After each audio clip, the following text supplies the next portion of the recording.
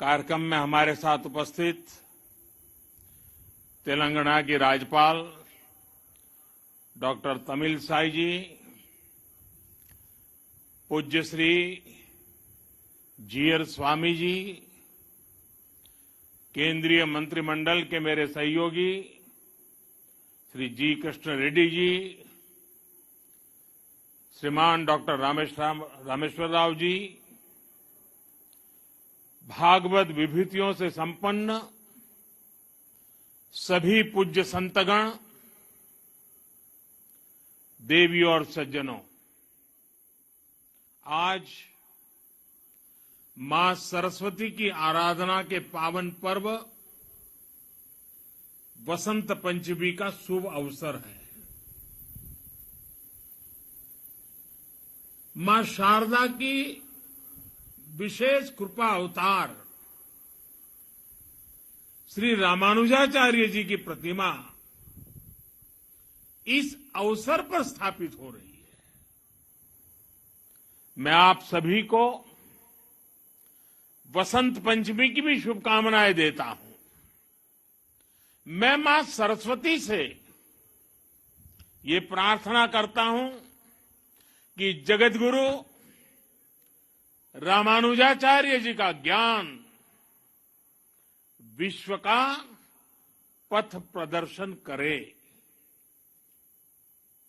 साथियों, हमारे यहां कहा गया है, ध्यान मूलम गुरु मूर्ति, ध्यान मूलम गुरु मूर्ति, अर्थात हमारे गुरु की मूर्ति ही हमारे ध्यान का केंद्र है, क्योंकि गुरु के माध्यम से ही हमारे लिए ज्ञान प्रकट होता है।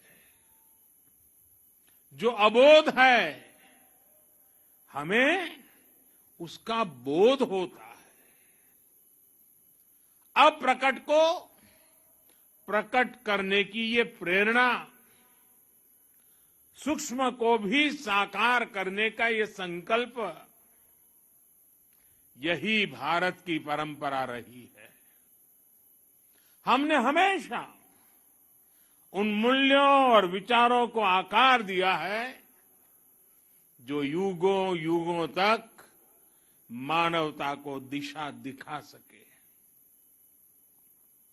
आज एक बार फिर जगत गुरु श्री रामानुजाचार्य जी की इस भव्य विशाल मूर्ति के जरिए भारत मानवीय ऊर्जा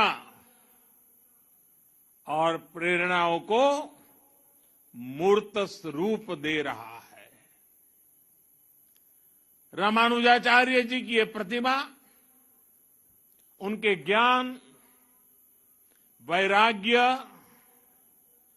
और आदर्शों की प्रतीक है। मुझे विश्वास है ये प्रतिमा न केवल आने वाली पीढ़ियों को प्रेरणा देगी, बल्कि भारत की प्राचीन पहचान को भी मजबूत करेगी।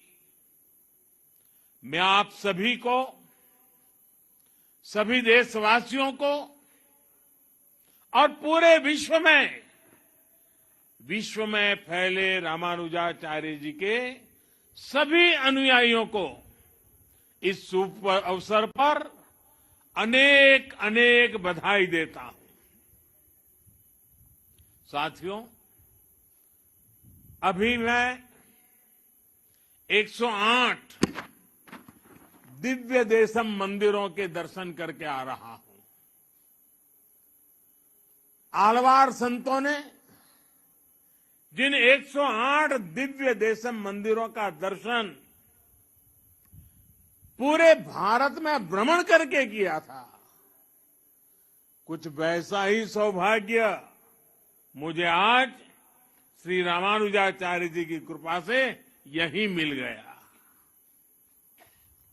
मानवता के कल्याण का जो यज्ञ उन्होंने 11वीं शताब्दी में शुरू किया था। वही संकल्प यहां 12 दिनों तक विभिन्न अनुष्ठानों में दोहराया जा रहा है। पूज्य श्री जीयर स्वामी जी के स्नेह से आज विश्वक्सेन इष्टि यज्ञ की पूर्णाहुति में शामिल होने का सौभाग्य भी मुझे मिला है। मैं इसके लिए पूज्य जीयर स्वामी जी का विशेष रूप से आभार प्रकट करता हूं। उन्होंने मुझे बताया है कि विश्वक्सेन इष्टि यज्ञ संकल्पों और लक्ष्यों की पूर्ति का यज्ञ है। मैं इस यज्ञ के संकल्प को देश के अमृत संकल्पों की सिद्धि के लिए नतमस्तक होकर के समर्पित करता हूं। इस यज्ञ का फल मैं अपने 130 करोड़ देशवासियों के सपनों की पूर्ति के लिए अर्पित करता हूं। साथियों, दुनिया की अधिकांश सभ्यताओं में, अधिकांश दर्शनों में किसी विचार को या तो स्वीकार किया गया है या फिर उसका खंडन किया गया है। लेकिन भारत एक ऐसा देश है जिसके मनीषियों ने ज्ञान को खंडन, मंडन, स्वीकृति, अस्वीकृति इससे ऊपर ही उठा करके देखा। स्वयं उससे ऊपर उठे, दिव्य दृष्टि से उस विवाद को देखा। हमारे यहां अद्वैत भी है और द्वैत भी है, और इन द्वैत अद्वैत को समाहित करते हुए श्री रामानुजाचार्य जी का विशिष्टाद्वैत भी हमारे लिए प्रेरणा है।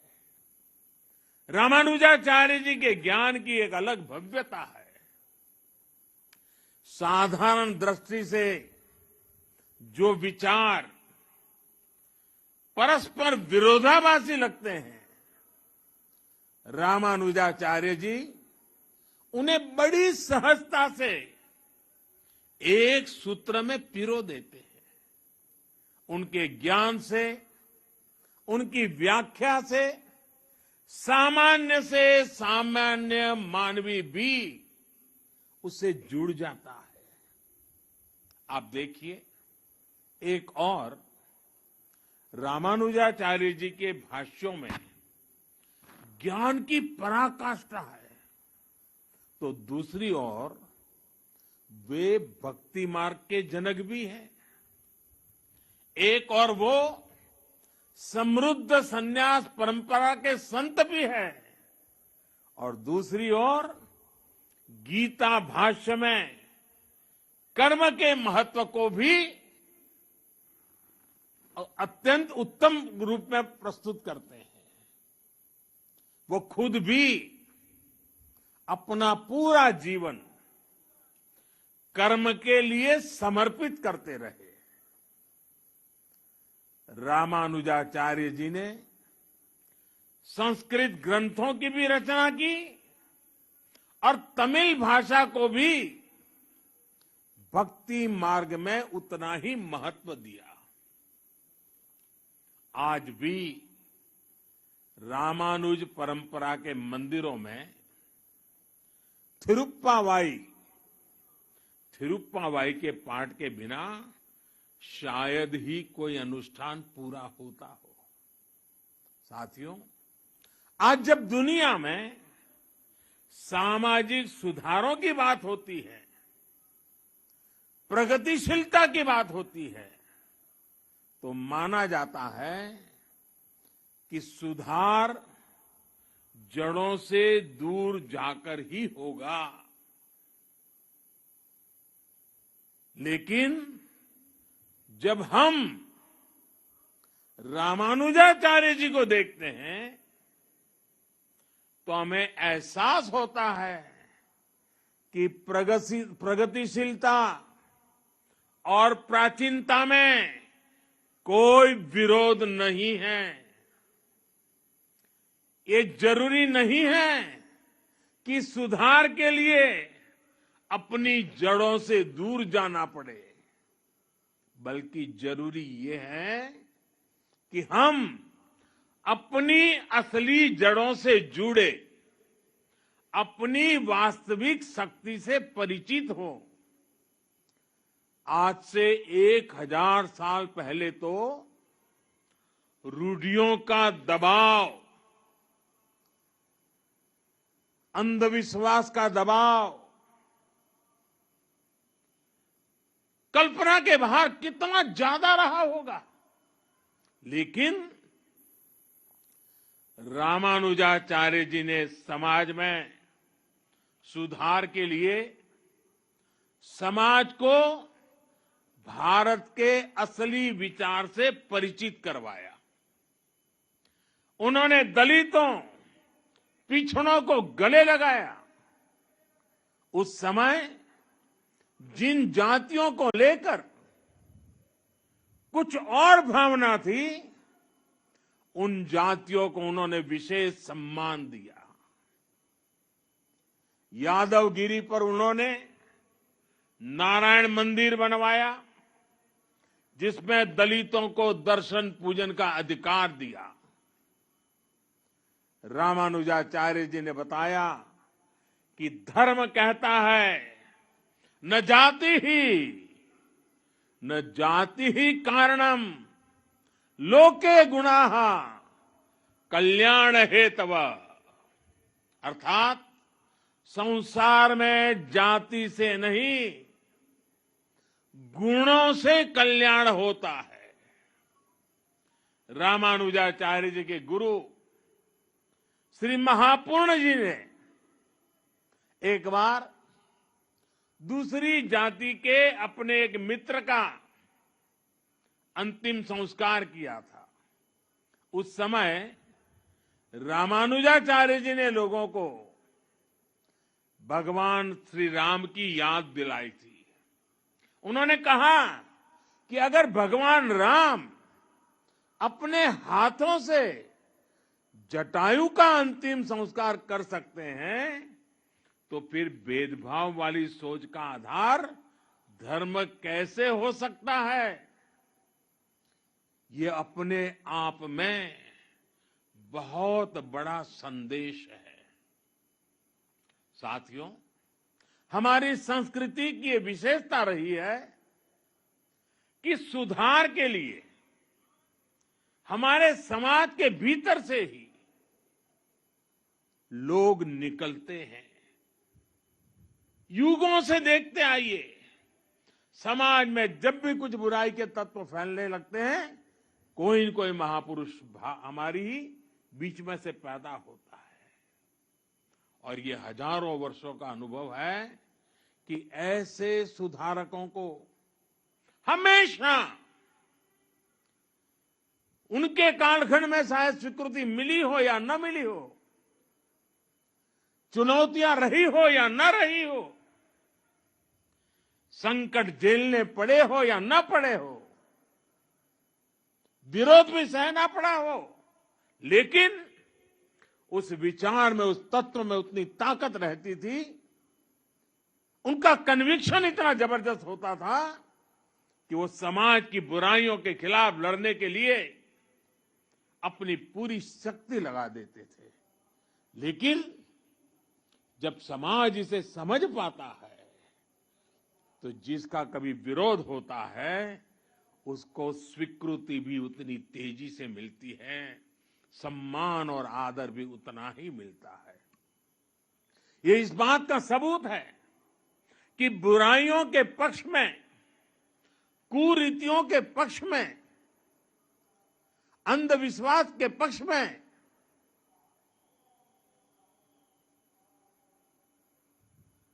इन जनरल हमारे समाज में सोशल सैंक्शन नहीं होता है। जो बुराई से लड़ते हैं, जो समाज को सुधारते हैं, हमारे यहां उन्हें ही मान और सम्मान मिलता है।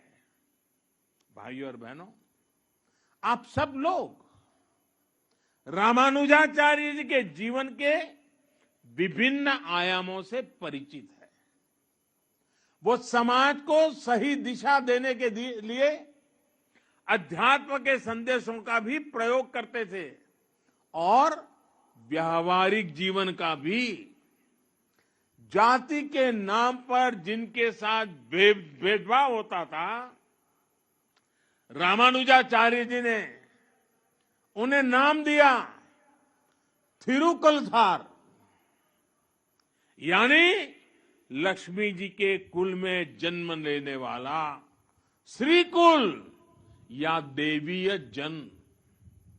वो स्नान करके आते समय अपने शिष्य धनुर्दास के कंधे पर हाथ रखकर आते थे। ऐसा करके रामानुजाचार्य जी छुआछूत की बुराई को मिटाने का संकेत देते थे।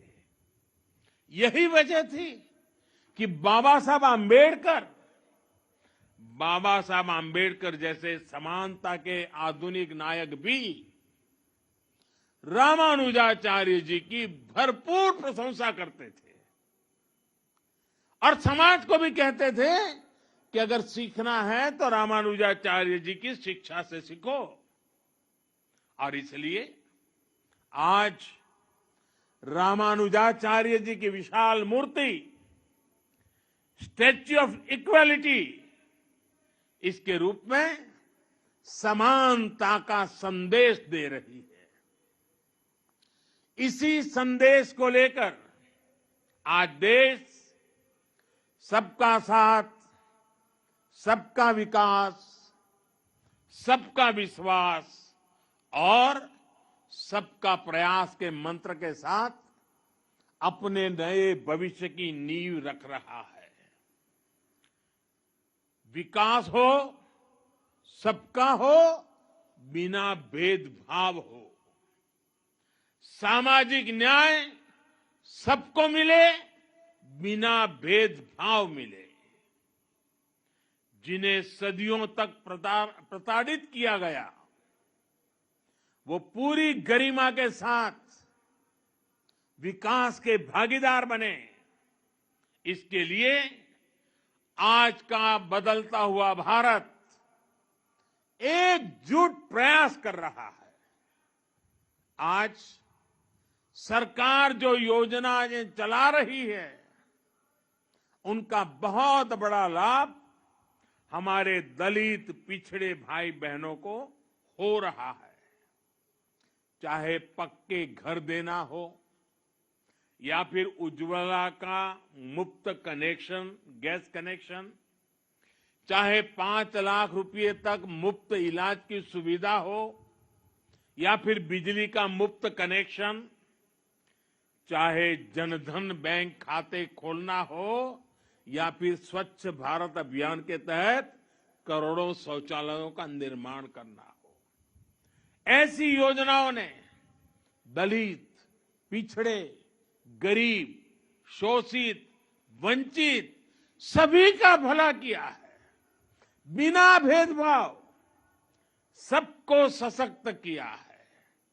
साथियों, रामानुजाचार्य जी कहते थे, उरिय गल्लुकुल वेड़मिल्ले, अर्थात सभी जीव समान है। वो ब्रह्म और जीव की एकता की बात ही करके रुकते थे, ऐसा नहीं थे। वो वेदांत के इस सूत्र को स्वयं भी जीते थे। उनके लिए स्वयं में और दूसरों में कोई भेद नहीं था। यहां तक कि उन्हें अपने कल्याण से ज्यादा जीव के कल्याण की चिंता थी। उनके गुरु ने कितने ही प्रयासों के बाद जब उन्हें ज्ञान दिया तो उसे गुप्त रखने के लिए कहा, क्योंकि वो गुरु मंत्र उनके कल्याण का मंत्र था। उन्होंने साधना की थी, तपस्या की थी, जीवन समर्पित किया था और इसलिए ये गुरु मंत्र मिला था। लेकिन रामानुजाचार्य जी की सोच अलग थी। रामानुजाचार्य जी ने कहा, पतिश्चे एक एवाहम, पतिश्चे एक एवाहम, नरके गुरु पातकात्, सर्वे गच्छन्तु भवताम कृपया परमम पदम। यानी मैं अकेला नरक जाऊं तो भी कोई बात नहीं,